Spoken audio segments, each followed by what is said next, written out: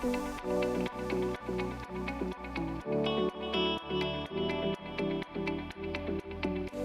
so excited to be here, guys. We're talking about tapping into new home construction loans. In other words, builder business. As Susie told you, my name is Bill Soroka. I'm the founder of the new Notary Business Builder Advanced Notary Mastermind, and I'm the author of Sign and Thrive: How to Make Six Figures as a Mobile Notary and Loan Signing Agent and Supercharge Your Notary Business with LinkedIn.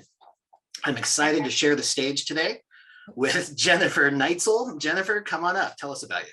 I am Jen Neitzel, Jennifer, Jen, whichever. I am the creator of Signing Agent Marketing and the co-founder of the Advanced Notary Mastermind, Notary Business Builder. And I am very excited to be here today and talk to you guys about builder business. This is a question we get a lot, right, Bill? Tons of it. And the reason that Jen and I chose to share this is because we have both tapped into builder business, and it has exponentially elevated our revenue, definitely my joy in this business. And there's some nuance to it, and we want to share with you how to get tapped in.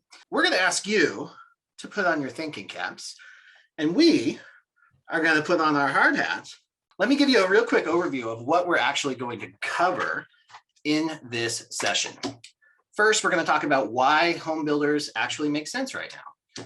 What makes this service line unique? And then how can you fit into the process easier and be part of the solution? So we're going to talk about notary characteristics that work. And then, of course, the big question is, okay, great. How do we get more of this business? We're going to go over the strategies that we used that got us lots of this business. And then, of course, what everybody's concerned about is what the future looks like and how home builder business will play into that. So let's talk about the difference between home builder business and new home sales. So I just want to say builder business is actually building a house, and new home or existing homes are called retail sales. Okay. So here's why new home building makes sense. It's important as business owners that we diversify our portfolio of services. We don't need to rely just on refinances. And that's what signing services primarily provide us, right? They give us refinance opportunities. But we all know that those phone calls are slowing down. We can't rely on our refinance business to sustain us and get our bills paid. So we want to balance our portfolio of business between direct escrow business that handles primarily purchase business. Listen, no matter what the market's doing, people are going to buy houses, right? So if you've got your eggs in some of your eggs in the refinance basket and some of your eggs in the retail basket and some of your eggs in the home builder basket, you're going to have a really long-term sustainable business. And you're going to be tapping into the entire spectrum of real estate and not just one avenue. Housing is hot right now. I don't care where you live, housing is hot. So let's dive a little deeper into this inventory shortage I was just telling you about. January 2020, so 2 years ago, there were over 1 million retail homes for sale and available on the market 2 years ago. January 2022, just a little over 400,000 homes were available. That's a huge difference in just 2 years. There were, in January of 2022, though, 1.9 million new home permits were filed that month alone. That's 1.9 million homes that need to be closed. So, like I said, no matter what's happening, people are gonna build, they're gonna wanna buy and sell their homes, right? So, as I said, that's why it makes sense to diversify your portfolio of services that you offer and not just rely on those refinances. So I don't know about you, but when I hear 1.9 million work permits or building permits, it gets my wheels turning and I see opportunity there. That was in 1 month. Imagine what's coming. There are literally cities, states that are counting on these home builders to build subdivisions and that fast enough so people can get homes and balance out the equilibrium or get the equilibrium in the housing market.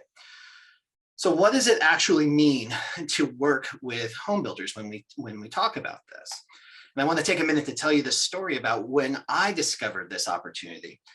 I was a loan signing agent, still out on the street, hustling, trying to get more business. I was in one of my clients' offices, dropping off documents, and I heard a conversation happening in the cubicle next door.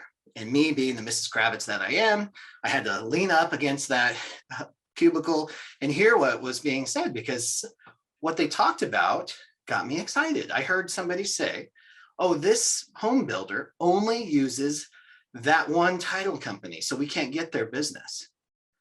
And that stopped me in my tracks. And I said, wait a minute, there's home builders that only use one title company? Well, I want that business. That's what I want. I was nervous about documents. So I knew if it was one home builder and maybe they have a partner lender, maybe all the documents would start looking more the same. And maybe it would be a little easier and give me a little more chance at efficiency in this business. So I ran home, did a bunch of research to discover that. And that's what we're going to share with you in just a minute. But what it panned out to is that when you work with home builders, what we're still talking about is just working direct escrow business, because these home builders some of them are really big, some of them are small, some of them are one-man operations, some of them are world's largest builder right here in the United States, right? So it's a full spectrum of everything. But sometimes these home builders have wholly owned subsidiaries. They might own lenders, they might own title companies and escrow companies. Sometimes they own insurance companies, homeowners insurance companies, or pest companies. They have their fingers in all kinds of different diverse aspects of this business. So when you're out there looking, you're going to see that some home builders will actually own the escrow title company, or they'll have a strategic partnership or alliance with some of the major brands that you're already familiar with. It might be Fidelity, First American, Stewart, Thomas, a lot of those title brands, or maybe even a title company or brand that you've never heard of. And that's okay too.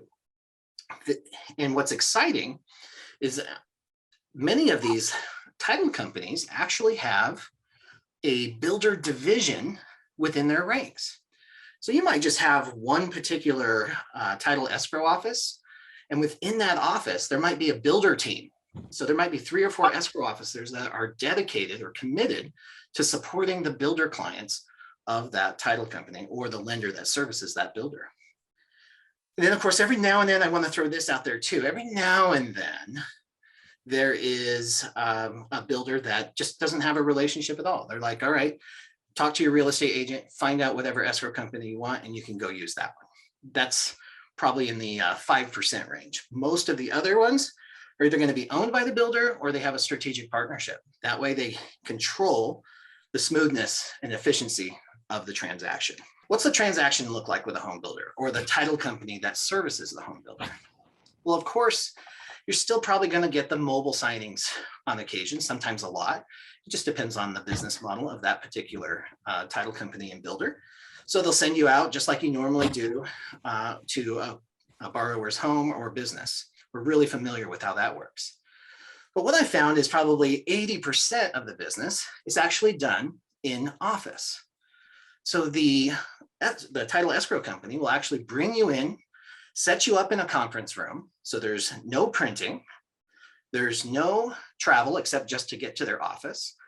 And then all day long, they book appointments with their clients to come in, sit down with you, and you facilitate the closing appointment. So for that very reason, what Jen and I have discovered is that there's a certain set of personality or notary characteristics that can serve you really well if you decide to take this on. And that's what Jen's going to talk about next. Bill is right.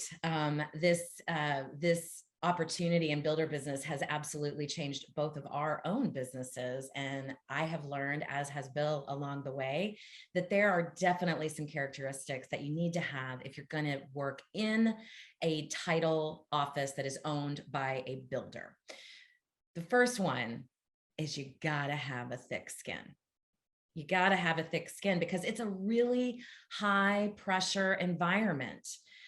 People they can snap sometimes, right? They might be churning out. You might be doing like 8 to 10 closings a day in this one office. So that's a lot of high pressure. So you've got to have that thick skin.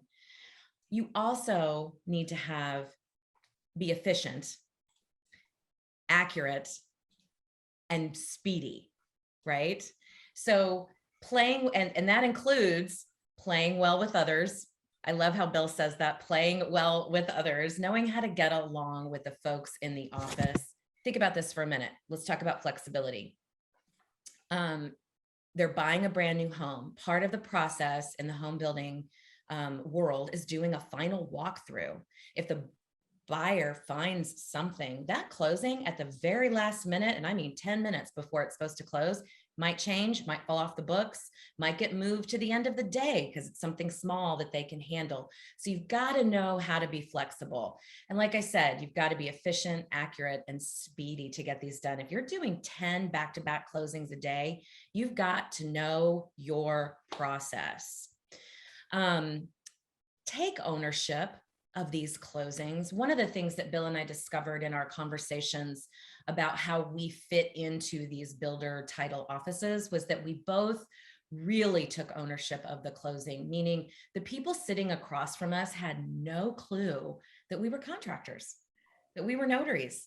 They legitimately thought that we were employees of this company because we took control of the situation. You want to go above and beyond in each of these closings. And one of the things that I personally did that was really successful for me was I would make sure I arrived 30 minutes before each scheduled closing. I would take the package, I would go through the package, look for any errors, like making sure the names on the deed match what's on the application, things like that can go wrong in a high pressure office.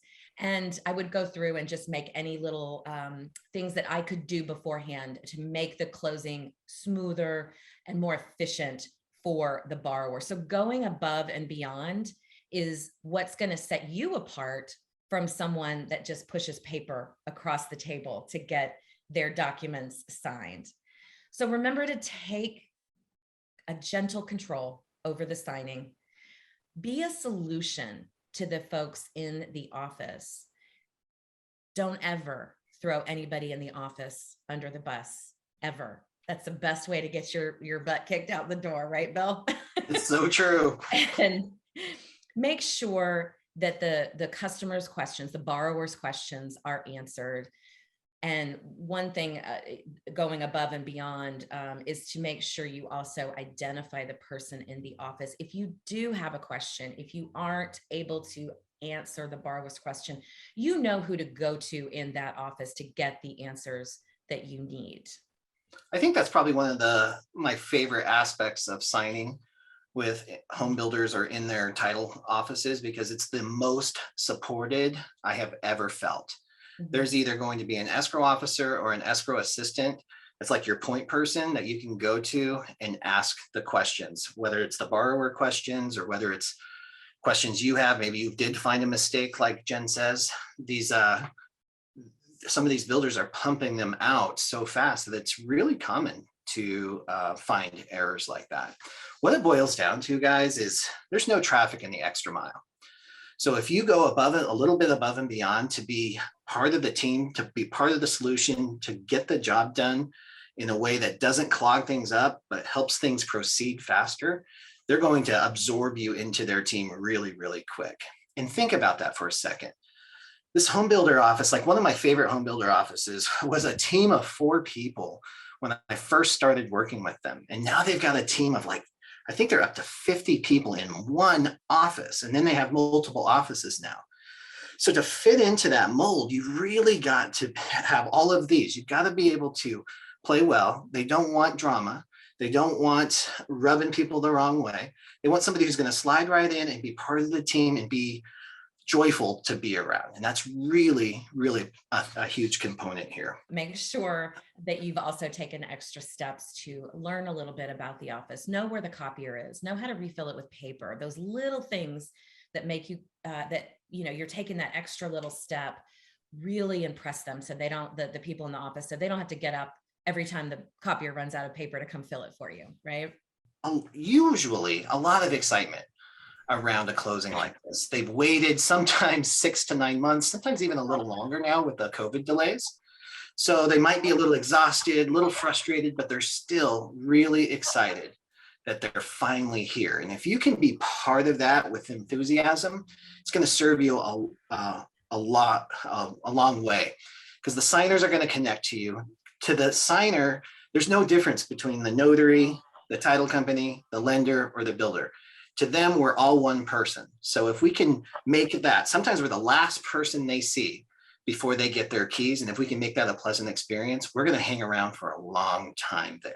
How to get that home builder business. We broke this into some minor steps. And of course, you can go as deep as you want into this. But here's the real important part that a lot of people skip over because it just seems too simple. But you make a list. I called my list the Fab 100 list. It was 100 people that I wanted to do business with.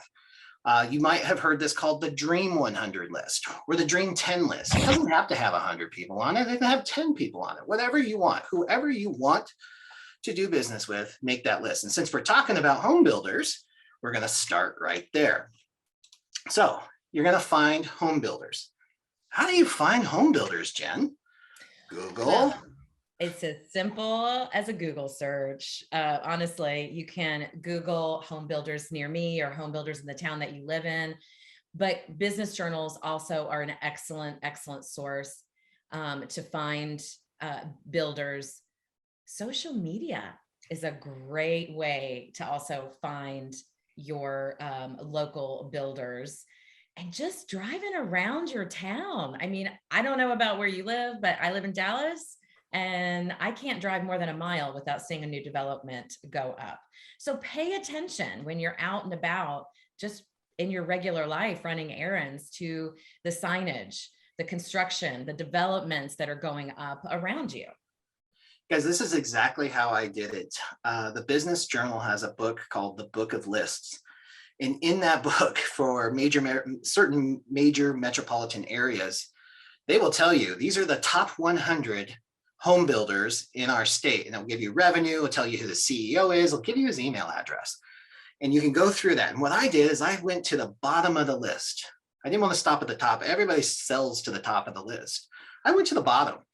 And I started there and I started working that up. And I said, oh, I've seen them on a bus. Oh, I've seen their signs up right here in my neighborhood. So they got priority. They went on the list that way. Then I just did a Google search and found whatever I could find there. If you buy a real estate magazine, which are, you don't even have to buy it, they're free, like in restaurants, resorts, whatever it is, you can find all kinds of information. You might even find real estate agents that specialize in new home builds. That would be a great connection for you, because a real estate agent that specializes in it has their favorite home builders, has their favorite title companies. You can get all kinds of information that way. And then what you do is you Google that builder with the word escrow. So Mary Kay Homes escrow. And I could start to see, oh, Mary Kay works with this title company. D.R. Horton works with this title company. Toll Brothers works with this title company in my city. So I could start piecing it together that way. And that's exactly what I did here. Plus, if you connect with those real estate agents or other title officers, your current clients, ask them, have a conversation. Personal knowledge of somebody is sometimes way better than what you can find out on Google or Facebook. And there's lots of industry leaders that you can connect with that might seem like they're not the direct contact, but peripherally, they can make connections for you, or at least give you some information. So in step 2, Jen. Well, step 2 is we want to get in their orbit, right? We want to follow them on social media, connect with them on social media, interact with them on social media, and pay attention to what they're talking about. Don't just click like. Read what they're posting, pay attention to what is going on in their office. What you're looking for here, guys, this is your call to action, is the pay attention part. Just liking their page or following them on LinkedIn is not going to be enough. They are going to put out content, and you need to look for opportunities to engage. Right. You want to thoughtfully like their comments, or their posts, but you also want to make some thoughtful, engaging comments, and maybe even share what they are posting on your social media to get the word out for them. It's free advertising for them. You're doing them a favor. That will become noticeable. I don't know about you. I don't often look at who likes things that I post, but I do read the comments. And I think that is a great free way to get into their orbit. It is so true. And I'm going to make another suggestion on this too, especially when you share somebody's content. If you're going to take the time to share, make the time to comment in your share. Why are you sharing this? What was interesting to you to share? You'll see it all over social media, these blind shares, and it doesn't, if I'm liking Jen and I'm following Jen, and then Jen shares something with no indication as to what the relevance is to our relationship, it comes off kind of weird. So if you're going to share, take a few minutes. Oh, I loved his point on this, and then share. Or this guy has great videos, and I love following his wife on Instagram, and share. You know, whatever it might be, tie it into your own audience. You're sharing somebody else's content with your audience. Tell them why. Yeah, connect those dots. Connect the dots, definitely. So your supercharger tip is be sure you've claimed your own digital presence. So you want to optimize your profiles, especially LinkedIn. And when it comes to home builders, there's so many cool stories right now of notaries who have been found on LinkedIn, because home builders run a little more corporate than a lot of other entities in our industry. So that's where they go first. They go to LinkedIn. They see people who are posting. They do a search for notaries and it pops up. You want to have your profile optimized so you're not ashamed of it, and it really controls the narrative about how awesome you are. And I will say too, Bill, just from my own experience, and I know yours as well, builders may or may not have a Facebook or Instagram presence, but dollar to donuts, they're on LinkedIn. I see it all the time. Absolutely. And a big reason for that is for investors who want to follow them, and for recruiting. They oftentimes are recruiting top talent, and they've got to have a LinkedIn page to do that. Absolutely. And then, of course, if you're really going to dive into this, you want to have a platform and a strategy for your own content. So this might look like a blog, a vlog if you prefer to do videos, or if you just want to do posts. You want a platform like Facebook, Instagram, LinkedIn, or a website, or even your Google My Business or Google Professional Profile page. But when it comes to reading the builder content or their title office content, you need to do some deep research. Bill has a 2 and 5 strategy that he implements, and that means finding 2 things in 5 minutes by looking at social media about this builder, so that you can talk to them about it, so that you know something about what's going on in their office, so that you know something about what's going on in their company, or about the individuals that work there. Where are they located? Where's their corporate office? Where's their regional office? Who works there? Who are the people that you can find on LinkedIn that work for this company? That's a real easy search to do. What are they up to? What's going on in that office? And if you apply this 2 and 5 strategy, when it comes to marketing your business to them, it's going to give you something to talk about. And not only just that, it's going to give you something valuable to talk about. Sometimes you only get somebody's attention for 30 seconds to 5 minutes or one email. If you're wasting it asking a question about where their corporate office is located, you have a missed opportunity. Know that stuff ahead. So when you do get in, however you do connect, it's unique, it's authentic, and it's deep. It captures their attention. It's not just a normal question that somebody's randomly asking. And why are we doing this? Why do we have something to talk about? Because that brings us to step 4. So step 4 for getting more home builder business is connecting with the folks that work there, right? And I don't just mean on social media. That's not, I mean, there are a lot of stories, like Bill said, about finding great mobile notaries. Builders find them on LinkedIn. But the absolute best way to do it, y'all know what I'm going to say, is the pop-in. Here's mine. The office pop-in. And this is something that causes so much fear and anxiety for people. But I want to tell you a little bit about this pop-in and why it's important. This is not, once you've identified the office, the title offices, the escrow offices of these builders, coming in and bringing some pop-ins is not because that office needs more pens or Post-its or whatever it is that you're dropping off. They don't. They have plenty of that stuff. It's an opportunity for them to get to meet you in person, to see your professionalism, to see your appearance, your demeanor, how you look, how you talk, to reassure them that you can be a professional representation of their professional office.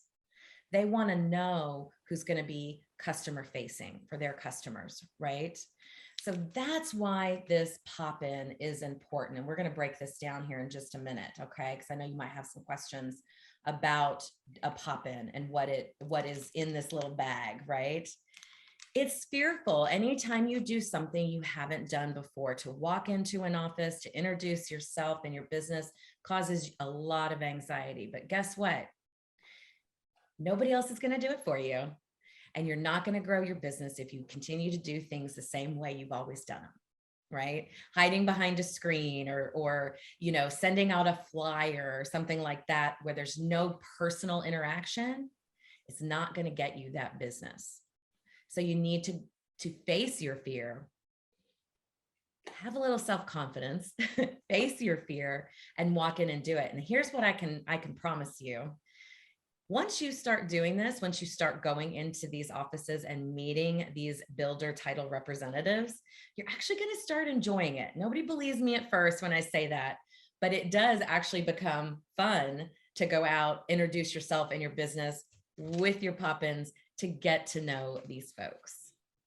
Yes, definitely. Guys, if you're absolutely petrified in fear over the actual office pop-in, which is exactly where I was. I used to be I'm a huge introvert anyway, but I was so shy. I felt so insecure stepping into these offices. I didn't have somebody like Jen Neitzel to show me how it was done. So it was really awkward. And also it didn't fit in. I was doing too much of the working in my business, where I didn't allow for working on my business, which was a huge detriment. So instead, I used an email, LinkedIn, or social media. I used email and LinkedIn extensively to connect with them. So again, what we just talked about, you use the 2 in 5 strategy. Remember, that's 2 things in 5 minutes. You don't have to spend hours and hours researching somebody. Just look for some low-hanging fruit to talk about that will help you stand out. Why? Because we want to make it about them and not about you. The biggest mistake notaries make right now is they send an email that's all about themselves. I'm great. I wake up at 4 a.m. I do signings at 5 a.m. I have $100,000 in E&O insurance. Yada, yada, yada. It just blends into the background.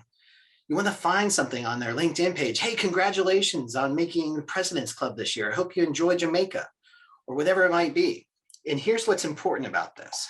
If you're going to reach out, again, optimization. You want to optimize your email signature. I can't tell you how many times my email signature sold my services. I connected as a human being, just having a conversation, and they would see my email signature. And they're like, wait, you're a notary? Tell me more.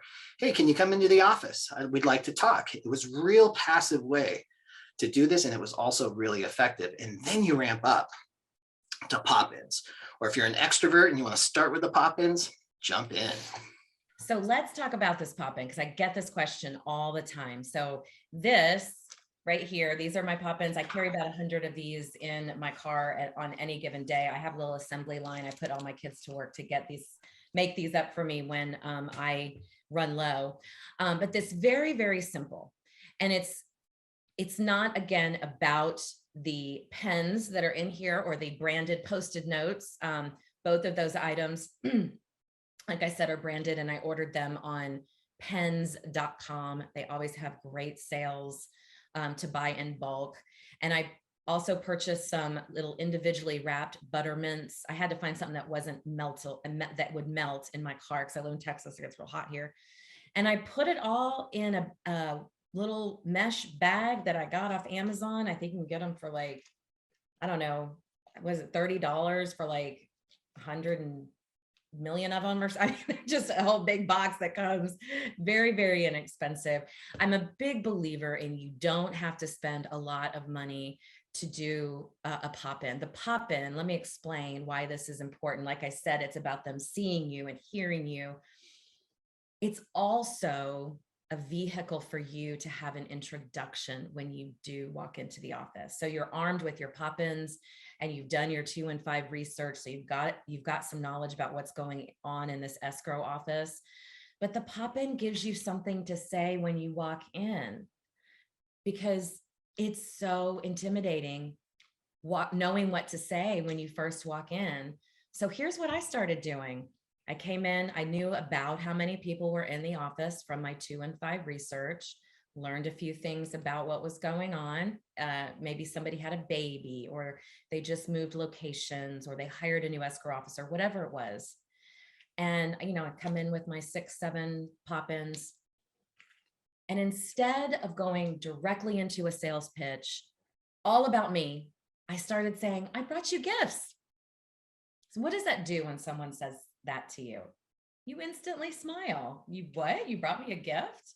And even though they know what you're probably going to say, that you're coming in to tell them about your service of some sort, that statement alone, I brought you gifts, it puts you at ease because they immediately smile. And it kind of gives you a moment to, okay, they're not going to kick me out. They're smiling, because that's our worst fear, right? Is being rejected and being told, get out of this office.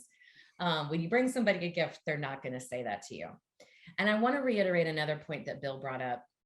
We also have this tendency to walk in and want to kind of verbal vomit our resume about how great we are as a notary. And I've done it over 1,000 signings, and I'm fidelity approved, and I'm this and I'm that. And the real truth about builder title offices is they want somebody experienced. That's important. What they want to hear, really every title office, not just builder title offices, they want to hear what you can do for them. They are not going to connect the dots about how you can help them if you just regurgitate your resume. If you start asking questions like, you use mobile notaries, right? And they tell you yes. And then you start asking them about what they need in a professional mobile notary, you're going to get them talking. And when they're talking, they're going to tell you exactly what they're looking for. One of my most powerful ways of connecting with a title company is after asking them, use mobile notaries, right? They tell me yes. I'm talking to the receptionist here. I'm not even talking to an escrow officer, right? The receptionist is a very valuable part of that title team. Stop looking at them as a gatekeeper. I love having a conversation with the receptionist, and I always lean in and I say, tell me your horror stories. I know you've got some. And they tell me the things that went wrong with a specific mobile notary. And that's giving me all the information that I need to let me know what they need and how I can present myself and my services to them to be their preferred mobile notary. Awesome, Jen. It's so powerful because with a couple of questions, it allows that client to give you the pain points. So then you know how to relieve the pain. That's sales 101. I love it. Yeah. The fortune is in the follow-up and continuing to build an authentic relationship. And anybody that's listened to me or Bill knows that the foundation for all of this is not the pop-in. It's not, getting your name out on social media or having a beautiful LinkedIn profile or any of those things. It's about building authentic relationships. And in order to build authentic relationships, you can't just follow a script or a template. Invest in people. Think about building a long-term relationship with somebody. And once you start shifting your mindset from a transactional or I just want your business, just give me some signings so I can prove myself, getting out of that frame of mind to, I'm going to invest in this office and these people for long-term success. It will absolutely change every single aspect of your business.